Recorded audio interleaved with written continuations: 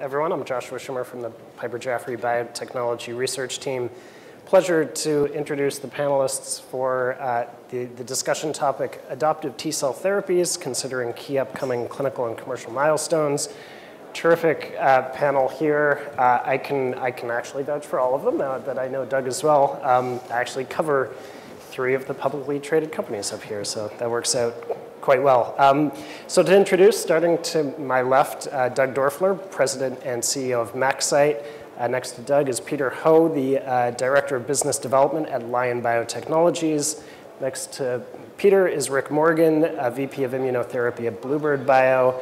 And at the end is Tom Farrell, President and CEO of Bellicum Therapeutics. I hear this adoptive immunotherapy is going to be big. It's got some legs, I think. I think it's got some legs. I think investors are really going to get into this field. We've just seen such exciting updates and a tremendous amount of investor interest.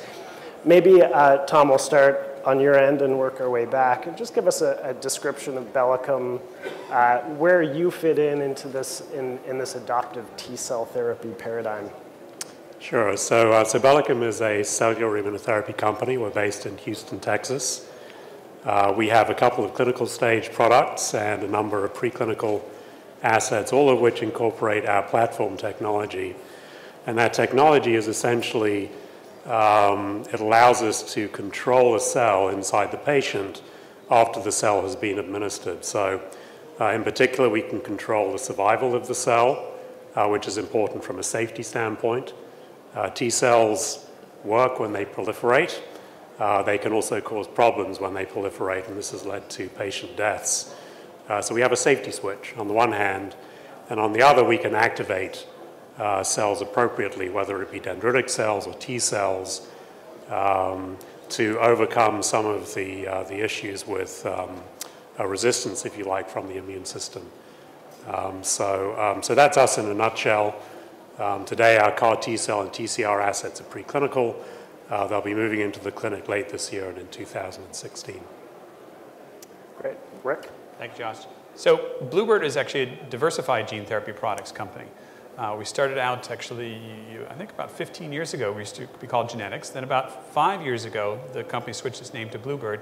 At that point, concentrated on really industrializing the core of our technology, was the lentiviral vector platform.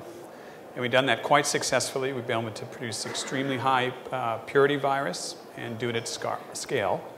And that's led now to some very exciting data in some of our genetic disease indications, particularly in the beta thalassemia area, where we've been putting our lentiglobin product into hematopoietic stem cells. I joined the company in 2013 as Bluebird then ventured into the immunotherapy oncology space with a deal we struck with Celgene and the Baylor College of Medicine. And we have now a very robust internal research program on CAR T applications. And we'll be talking about some of these in more detail at a later point. But we have a lot of interesting things going on, I think, in the lab. But before we move on, just from the Bluebird perspective, sure. maybe share some of the proprietary tools you have in-house that really make Bluebird uniquely capable to develop immunotherapy. Sure. So again, when the company did that switch to focus on the lentiviral core technology, that really, I think, has proven itself out in our first data where we have released on the beta thalassemia program. So I'm going to date myself. So 25 years ago, the first human gene therapy clinical trial was published. It was done at the NCI. It was marking a tumor-infiltrating lymphocyte by Steve Rosenberg in melanoma. And I was on that trial, on that publication. And there we could get a gene transfer efficiency, because I ran all the southern blots, of 1%. We thought that was, wow, that's great. Now, literally, we simply take our highly purified virus, mix it with cells, T cells, and if we don't get more than 70%, I look at the lab and say, what's wrong with that? So I think that is a very, having that technology and built it up so much and actually applying it now clinically worldwide. We have all the infrastructure and the logistics to do that. We're running trials in Europe, in the US, and in the Asian market. And those are Bluebird's trials. We don't leverage academics to do our work, and we won't do that. We won't be following the same paradigm with our oncology program. These would be bluebird sponsors, INDs, bluebird products. The other thing we saw, as Malcolm Brenner was discussing this morning, is the CAR-19 is the low-hanging fruit. And to be successful in the follow-ups and the solid cases, you're going to need diverse technologies, such as some of which you heard. We went out last year and acquired a gene editing company called Regimen, which again allows us to add another level of differentiation, which is the vector is great. It adds genes to cells. And sometimes you can be very clever on how you do them, but generally it's an additive property. With gene nuclease editing capability, you can now knock out a gene. So there are many inhibitory genes in the immune system, for example, you might want to inhibit to sort of tweak the, how your T cell functions. And as Dr. Brenner was saying this morning, that whole concept of Boolean logic, the immune system's really smart, and we have a lot of smart technologies to actually get those cells to be even smarter. Great. Peter, we're actually going to skip you for a second, because which of these things is not like the other? Lion, a little bit different. Doug, tell us what's going on at MaxCyte and your plans to move into the cancer immunotherapy space. So we've been around for 16 years, and our technology is a platform technology that puts molecules in the cells, and we do it in the clinic, and we do it in large volume, and we do it very efficiently with high cell viability. And about 8 years ago, we had a meeting with Carl June and Dario Campana. Dario was at St. Jude at the time.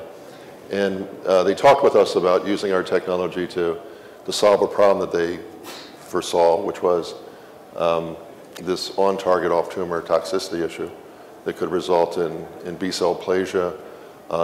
They also felt that it could hamper the ability of taking CAR-Ts into solid tumors. And so we began working with both groups to put mRNA into T cells in large volumes and have the mRNA express the CAR molecule. And that expression lasts for about 5 to 7 days, after which it extinguishes the RNA and the T cells go back to their normal function. And so that was their strategy, and we worked with them to implement that strategy. And we now have 6 clinical trials going on with both Carl June and with Dario Campana. Dario, the amazing thing is that Dario left the US about 4 years ago because he couldn't get funding to work on CAR projects. And he went to Singapore because Singapore was able to provide him the funding he needed to do that work. So a lot has changed in the last few years, certainly. And so we're working with both in a number of different strategies to manage B-cell aplasia, manage cytokine storm, and also move CARs into solid tumors. Great. Well, Peter, why don't we come back to you then? I guess the traditional CAR-T model is targeting the T cells to a specific tumor antigen or epitope, but you're taking a different approach for targeting the tumors. So just share a little bit about what Lion has going on. Sure. So Lion is developing an adoptive cell therapy based on tumor-infiltrating lymphocytes that was developed originally by Dr. Rosenberg at the NCI.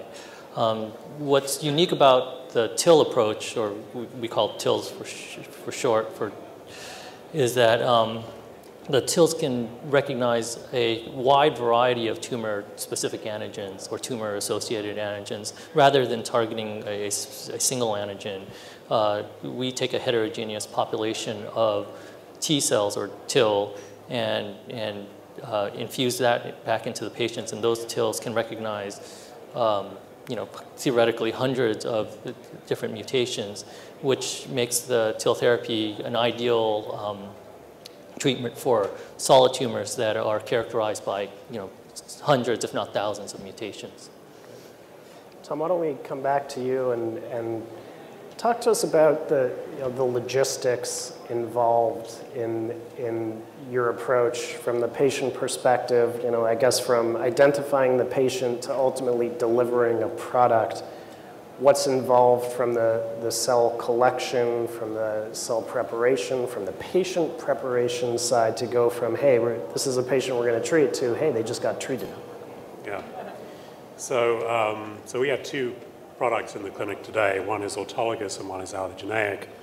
And there's commonality to both in terms of the need to manipulate the cells in some way, potentially to differentiate them. If you're starting with monocytes and making dendritic cells, to expand them, to genetically modify them, et cetera. And this is something that's been done by probably 95% of the, if you like, the academic legacy programs that many of us are now benefiting from.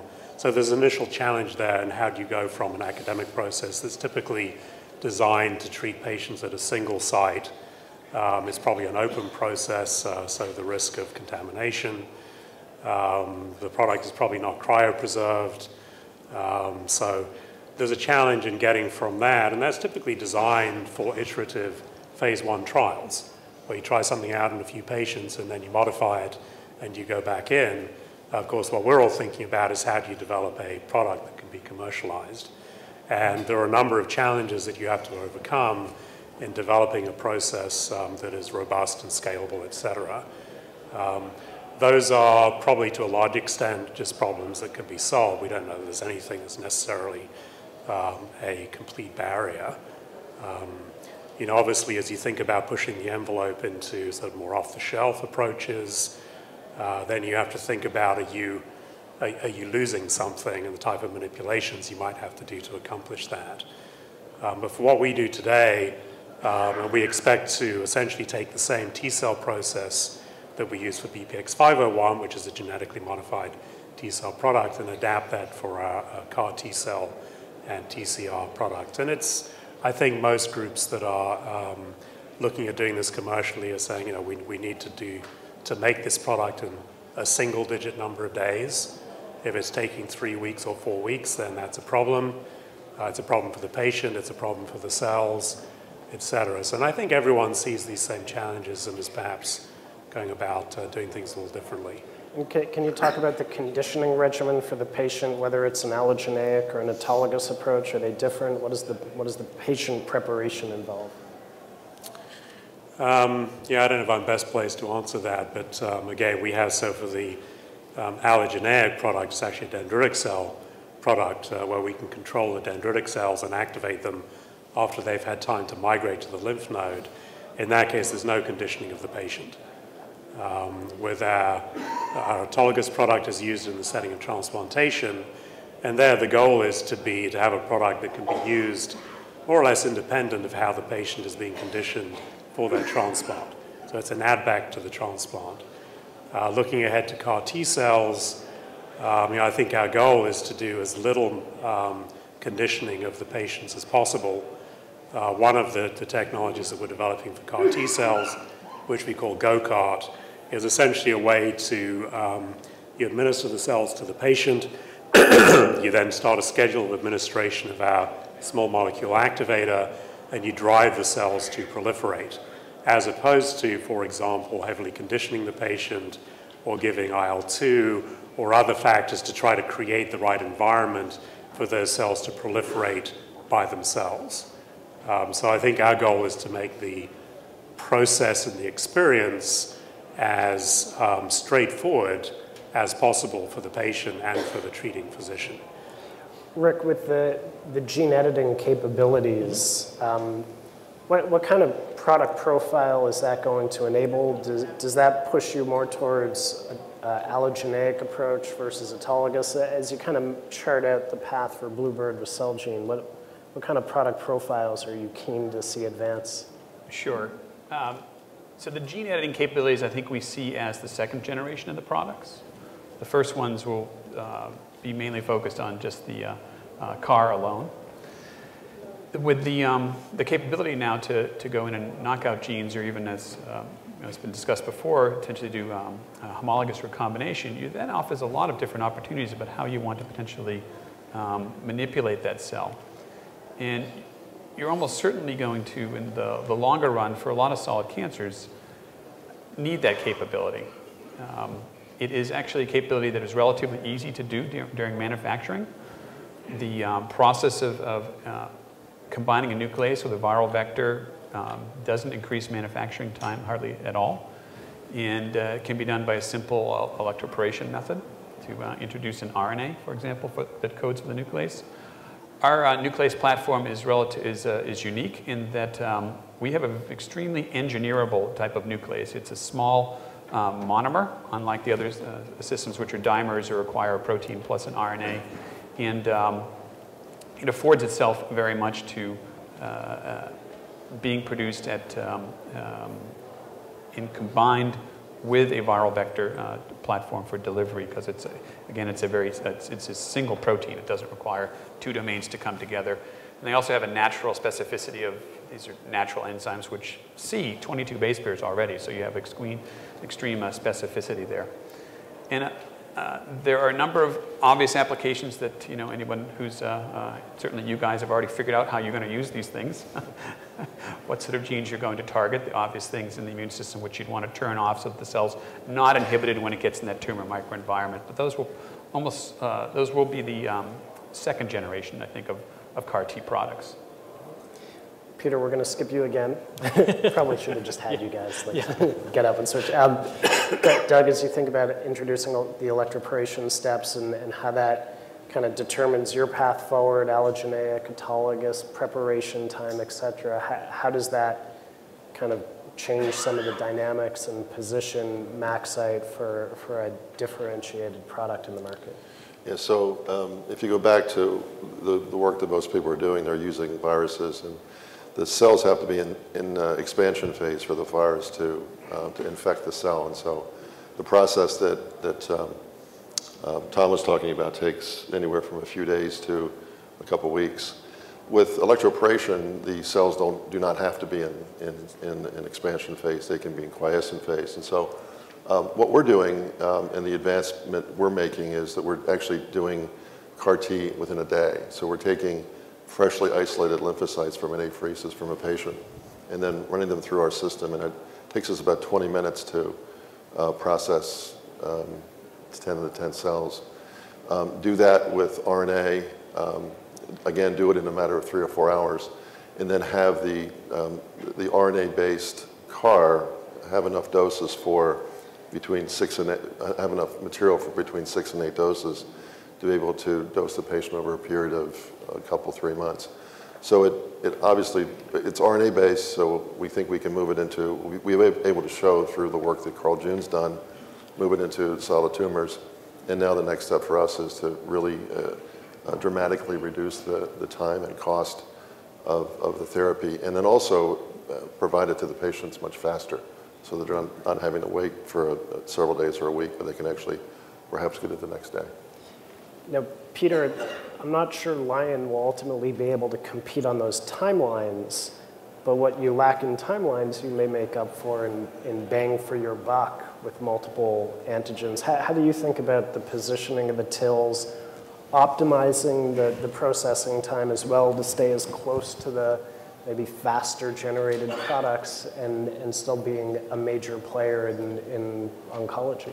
Sure. So in terms of a second generation product, we are very interested in applying gene editing technologies to reduce the time that it takes to manufacture the TILs.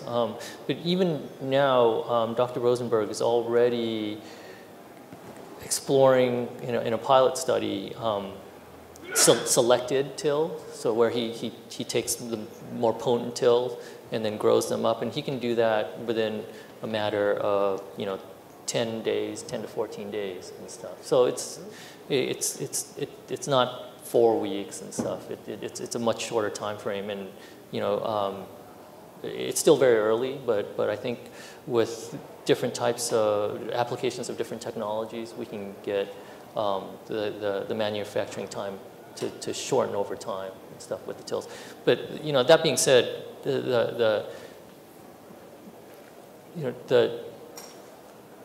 as Rick kind of alluded to, the TIL therapy has been around for quite a while, and so we've been able to, Dr. Rosenberg himself alone has treated probably 500 melanoma patients already, and it's been used at a variety of centers such as Moffitt, MD Anderson, centers in Europe, et cetera, with relatively consistent results and stuff. So I think the power of being able to target a wide variety of antigens has been, at least in the clinical setting, is there haven't been any randomized studies and stuff, but I think there's enough patients and the consistency of the data across a variety of sites throughout the North America and the rest of the world is pretty compelling.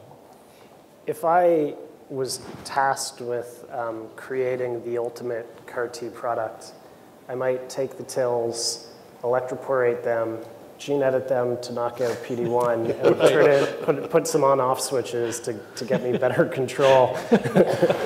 How do you think about kind of mixing and matching, partnering up to evolve the platform? Is it too early to talk about that? Are there certain approaches that you just say, well, that sounds good, but it doesn't actually work like that?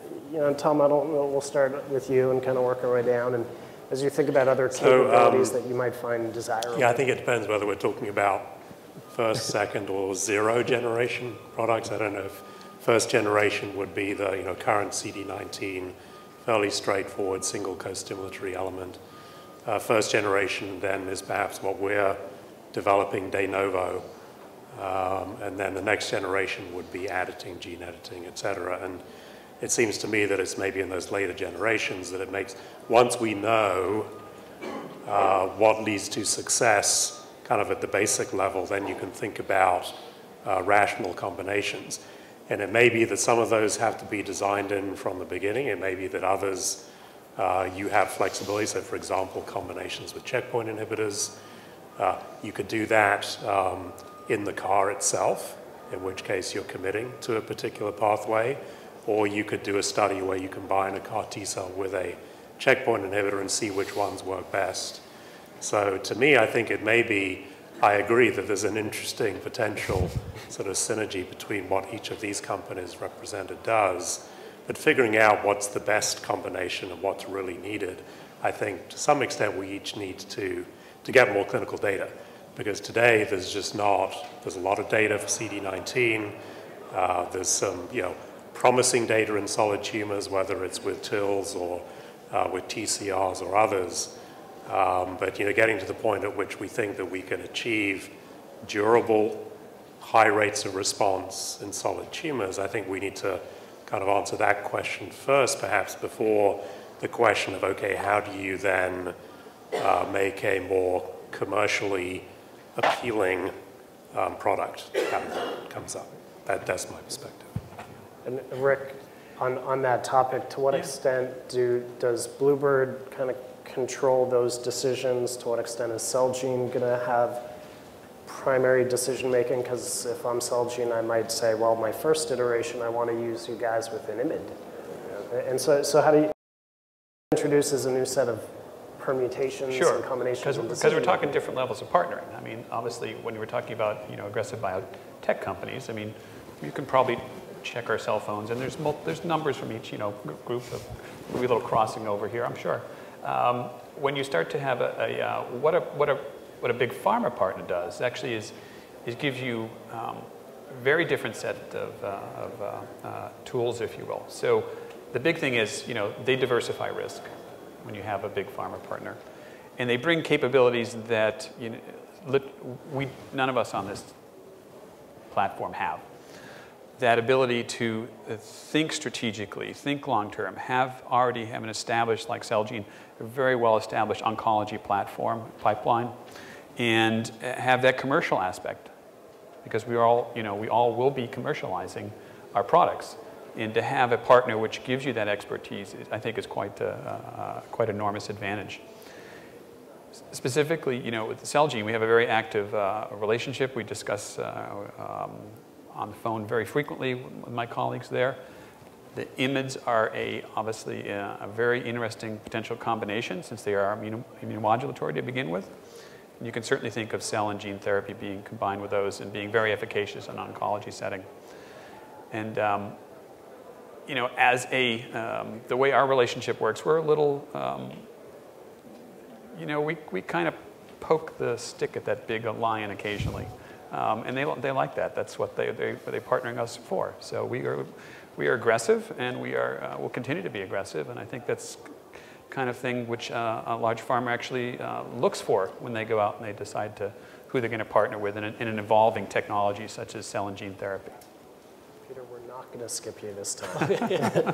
But continuing on that theme of the value of a large partner, how do you see at Lion the importance of those kind of capabilities, and at what point is the right time in the evolution of the TILs that you say, you know what, we're going to do a big platform deal, and how do you think about, if you make that decision, who's the right partner to enable what you're trying to do? Sure. So I think you know, we are definitely exploring opportunities to talk to large and small partners, as a matter of fact. I think there's a rationale for combining TIL therapy with the checkpoints and stuff. I mean, I think that makes perfect sense. And you know, I think we're talking to partners. The problem is, you know, the data, right? I mean, I think a lot of large partners are interested, but you know, until they see some data and stuff, I think that's when they'll be more interested in moving forward and stuff. So. Should we think about the utility of a partner on the TIL side maybe a little different, where CAR-T, you know, it's a bit competitive there, and so maybe having that big pocket, nimble and yet aggressive, hungry cell gene, you know, on your team, very differentiating. Whereas the TILs, I mean, you're kind of the only ones as far as I know. And does that mean that the way you think about a partnership is different? It's more enabling. Can we do a, you know, hey, can we do a couple of combo trials here and there? Yeah, exactly. I think for us, you know, I mean, we want to be open and flexible, I think, but as you said, the technology has been around for a while. And people just want to know if you know, big pharma or strategic partners want to know if you know, Lion can do it on their own outside of the NCI, and whether, you know, the combination, if they can generate some interesting early combination clinical data and do those pilot studies. And then I think, you know, then since we're at the moment the only TIL players in town, I think there would be a lot more interested parties and stuff. Doug, we'll come to you in a sec, but Tom, I want to get your thoughts on partnership, because I'm sure I hear everyone talking about the switches. You know, you've really, awareness, I think, has increased significantly. You can be an enabler, you can be a unique enabler to one partner, you can be a partner of choice for switches. How do you think about that process and partnership and the role for Bellicum? So I think we come at it from a slightly contrarian view, which is that, you know, this field is very different than what Big Pharma certainly knows how to do. You know, these are not products that, at least for now, are going to be sold out of the pharmacy. You know, so if you think about the reasons why you might want a partner, you need capital. Well, that's less of an issue for the field right now. You know, marketing, distribution, it's a whole different model. Manufacturing. I would challenge you to point me to a pharmaceutical company, with a few exceptions, that have experience in making the kind of products that we're making. So I think the default position is that, you know, you do it alone unless there's a really compelling reason to partner. As we look at it, yes, we have an enabling technology, whether it's on the safety front, and to the extent that anyone is thinking about pushing the envelope, the more you push the envelope, the more risk there is. And we have an asset there. We have a clinically validated, most people would say, the gold standard safety mechanism. And so that's a very sort of immediate question for us, is given that there is a lot of interest in using this in other approaches, how do we approach that? And the answer is, we think about the landscape on an antigen by antigen basis. We know that we are not going to develop products for every viable, interesting antigen target out there. So we are exploring the opportunities to partner our technologies with credible, well-funded, smart, nimble companies in the space. and thereby leverage the value of the technology. So that's the framework from which we're looking at it. But we want to keep landscape for proprietary Bellicum products, and we believe that we can do that. So Doug, Bluebird and Celgene have a relationship, Adaptimmune and GSK, Kite and Amgen, a number of the other pharma companies have efforts. As you think about the role of a partner, given where MaxCyte is, how do you think about, first of all, when's the right time for you? And, well, is everyone already partnered? How do you kind of find someone where you don't feel like they're conflicted with some other program? And how do you kind of make sure that if you're going to do a partnership, it gets the attention that you want it to get? So our business model is to license the technology broadly, and we do. So we have a number of partners, many of whom are in the room. And these are confidential relationships where we provide our technology for a very specific cell, molecule, and indication in most cases. And then we also do it based on research development and clinical development and commercialization. And it's funny, 2 or 3 years ago, no one was really concerned about commercializing cell therapies. And 5 years ago, they weren't worried about increasing potency. They were worried about just making the next, getting into phase 2. I think people are now concerned about this, and they're looking for partners. But our sense is that this field is still in its infancy, and it's really the imagination of the scientists to figure out what they want to do with the cell, because the tools are there, either with lentivectors or retroviruses or with our technology. You can do it gene editing, you can add mRNA, plasmid DNA, you can perturb a checkpoint pathway. There's a lot of things you can do, and so you want to enable the field to do those sorts of things, knowing full well that only a subset of those are going to be proven out in the clinic. And so it's this natural balance, because the licensee doesn't want to invest too much in your technology because the program may fail, right? And the licensor doesn't want to provide too much of a runway for that partner, because it could block you out from, you may not have had the opportunity to define the field well enough, which is an issue too. So I think I don't think that there's a clear-cut answer to how to do it. We do a lot of it, and we're still working our way through it. Okay. Tom, maybe to come back to you, we could have 15 CD19 targeting different CARs, which I guess I look at it as, it works, it's a good place to establish proof of concept, but you got to hope that the field does evolve aggressively beyond CD19. What, from your perspective, is it really going to take to start opening up broad new antigen targets, new tumor targets, in liquid tumors, solid tumors, and how do the collection of programs that Bellicum have put together kind of get you from here to there? Yeah, so I think there's a broad recognition that CD19 and ALL is the low-hanging fruit, as I think you said, Malcolm Renner said. I mean, it's an ideal situation. You have an antigen that's only expressed on B cells. You could wipe out all of the patient's B cells, and they're going to survive. The tumor cells are principally in the bone marrow, and then it's not a bulky tumor, it's not immunosuppressed, et cetera. So it's the ideal setting to get efficacy in solid tumors, or perhaps bulky lymphomas. You're going to need a more potent approach. And it's clear that a number of groups in the space are looking at how do you make a CAR T cell more potent, or more durable, or bypass checkpoints, et cetera. How do you make it stronger?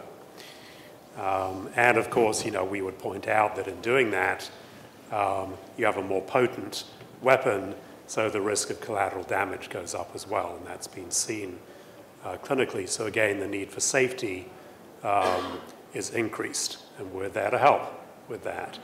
And then there's the issue of the less hospitable environment that you're going into with a solid tumor. And our read of that is the first challenge is how do you get CAR T cells to proliferate sufficiently in that setting when they're not seeing as much antigen. And if they do, there are immunosuppressive factors that might lead to outcomes where you give the CAR T cells to the patient and a week later they're nowhere to be found. So again, it's thinking about how do you deal with that? How do you drive the cells to proliferate? Obviously, ideally in an antigen-specific manner. And so that's, again, a situation where we're applying our technology to control the cells after they've been administered. Is it the only way to do it? Well, time will tell. And again, I think, you know, there's a significant dearth of data in the solid tumor setting at this point.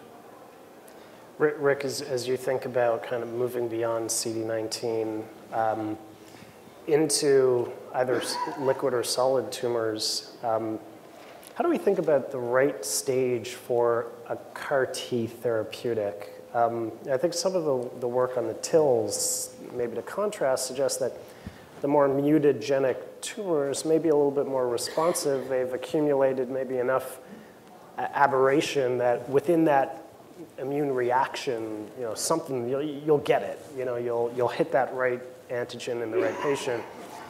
Where with CAR T, you have one antigen.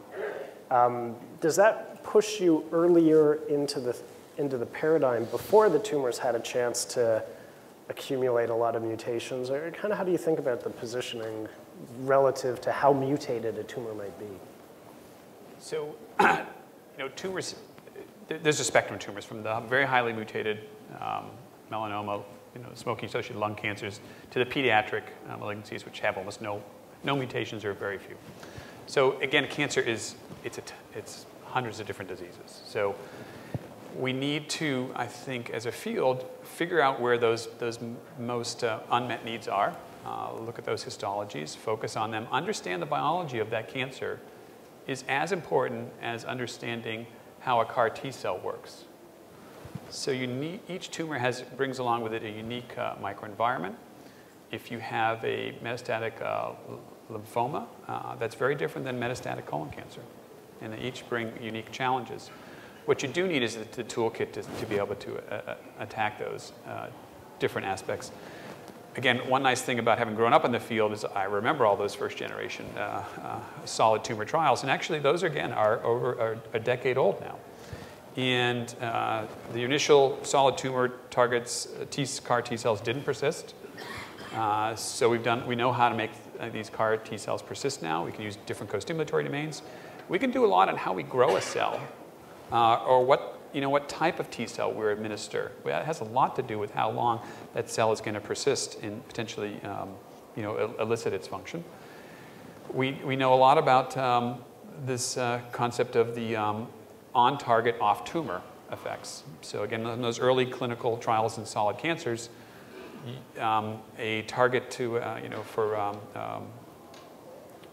would give you liver toxicity where it wasn't supposed to be attacking liver, and that was something that we know as a field, and we are thinking very hard about how to look at that, and again, do this potential combination approach, where a CAR might be directed to both the tumor antigen and another molecule, which would differentiate that cell, that T cell's ability to see the cancer and not see that normal tissue. So there's, we're all involved in the same race to try to get a good, effective CAR therapy for solid cancers, and it is absolutely doable. And Peter, on that theme about when in the life cycle of the tumor is TIL therapy best applied, and you think about moving earlier in melanoma, as you think about moving into other disease settings where there is an inflammatory component to kind of harness, how do you think about positioning the TILs, not just in the first iteration, but beyond?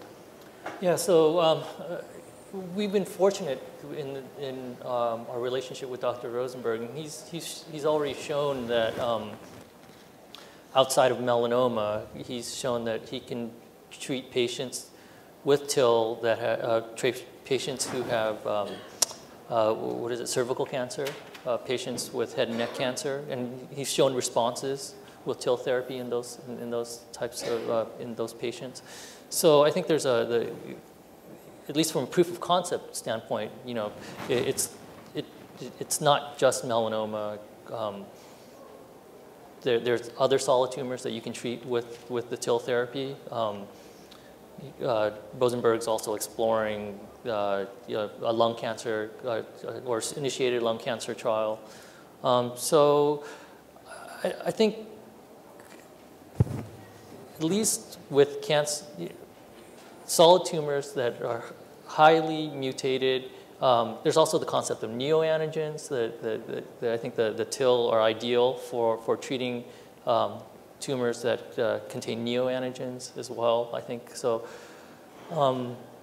yeah, I think that, you know, if you look at I think a lot of people show that I think it's the Nature paper, and they rank the different solid tumors and how many mutations that there are, and there's a lot of them. So it's not a problem finding solid tumors with a wide variety of mutations and stuff.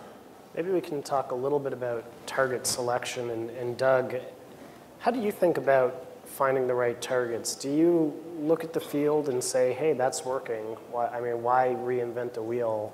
Let's go after CD19. Let's go after, you know, CD138 or whatever that just showed some good responses in that trial. And you know, our message and strategy isn't going to be novel science. It's going to be user-friendly, ease of use, fast follower differentiation. How do you think about that? So I think there's two strategies. One is for the groups that are already developing CAR therapies. We will license the technology for them to do that work, and that's usually in expanded cells. When it comes to our approach, which is the rapid, you know, single-day process, it's a little bit different. There we think that because the cost will be dramatically lower and the time will be dramatically lower, it'll become a part of a combination therapy. And so it becomes yet another, if you can do it rapidly enough, it becomes yet another tool for the oncologist. And so we're working with a major oncology center, and their view is, you know, let's do an open label trial. Let's go, in our first trial being mesothelin as the antigen, and to go after, and that's expressed on, you know, a number of important tumor types. So if we can show some, you know, significant reduction in tumor burden, then that's another tool for the oncologist to start to work with.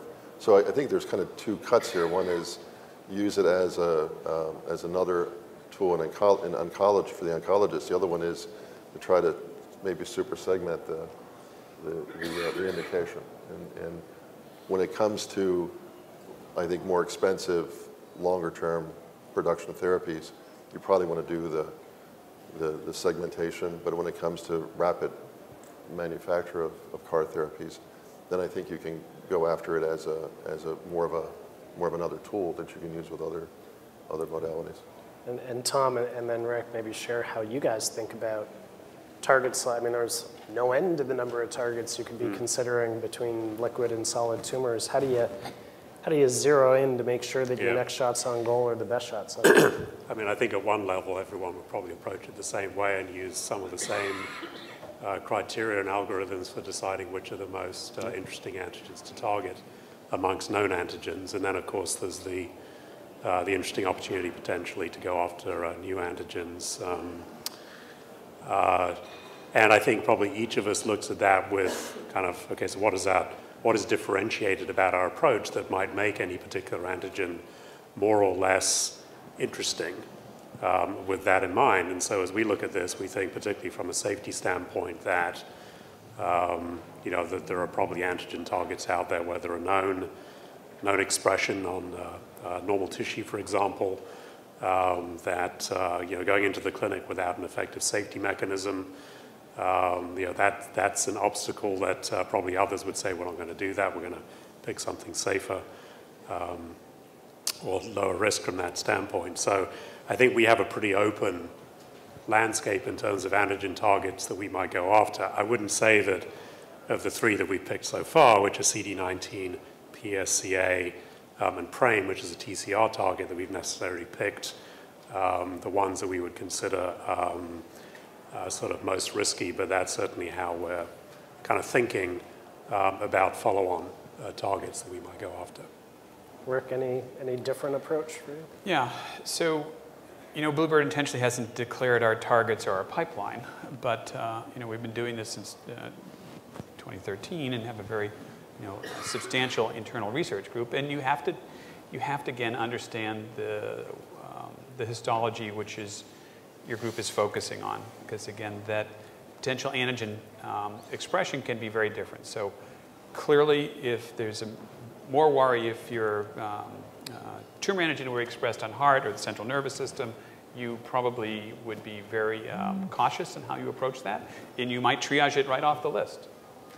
There are quite a few, it's not an infinite number of known targets out there. At the same time, there is still the potential, and actually a lot of academic groups are doing this right now, on new antigen discovery. Not neoantigens, not mutated antigens, but there's a lot of things that actually, as the cancer genomics become much more accessible, there's a lot of information that you can actually mine now to look at expression profiles and to see what is that sort of therapeutic window for what's expressed in your cancer. And okay, I know it's expressed in that tissue or that tissue, but you know, maybe we can control that aspect so that it's not a vital tissue, or if it is a tissue of concern, you can engineer the cell with some other mechanism to bypass that. Well, let me see if there are any questions in the audience.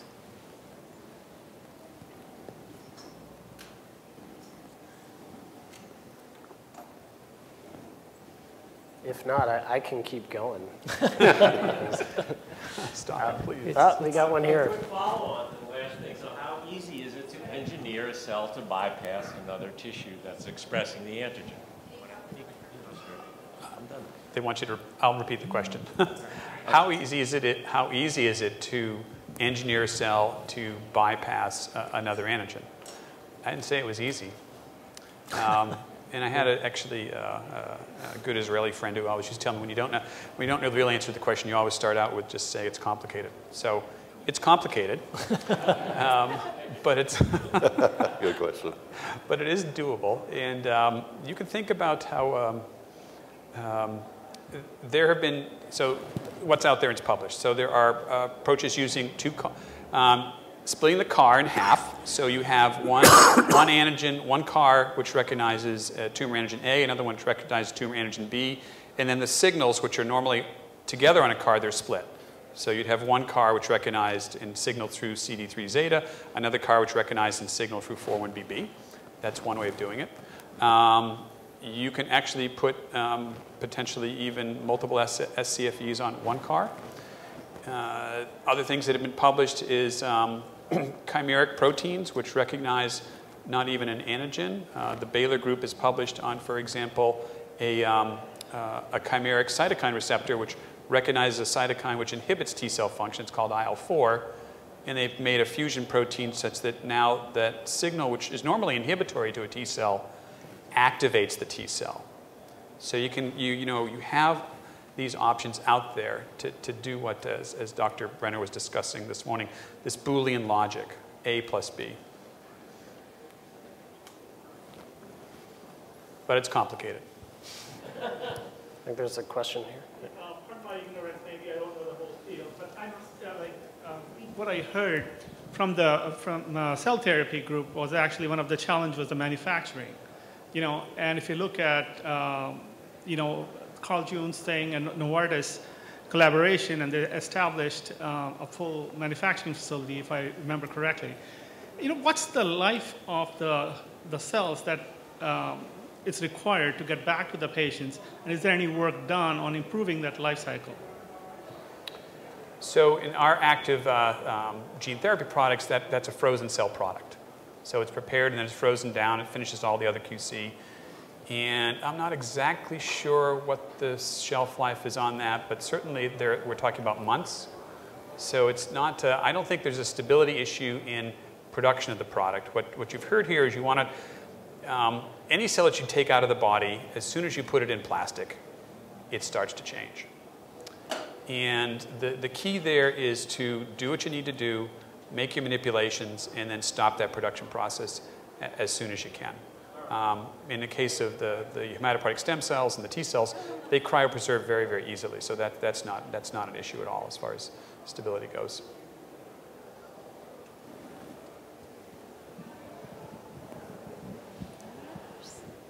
Maybe I'll take the last question then. It seems like every week there's a new CAR T company being formed. Is it too much? I mean, you start to wonder if the barriers to entry are surprisingly low. How do you think about this bonanza of interest, but also a little bit crowded in the field? Maybe Tom and Rick. Well, clearly there's a honeypot, right? I mean, companies in this space have been able to raise significant amounts of capital. So I think if you're looking at that and you have an asset or a capability that you think is applicable to the field, then it's only natural that you would try to take advantage of that. I think time will tell whether kind of which are the real contenders versus which are the pretenders, if you like. I think the key is to really look very carefully and say, does this company have a differentiated and validated approach? And if validated, how validated is it? I think that there is a lot of noise right now, and I think it's going to take time for that noise to settle down so you can actually hear the kind of the core message there, or you can understand where the value is and where the differentiation. Maybe that's a good spot to end, because we have three very differentiated companies, pursuing some really exciting opportunities. So thanks, everyone.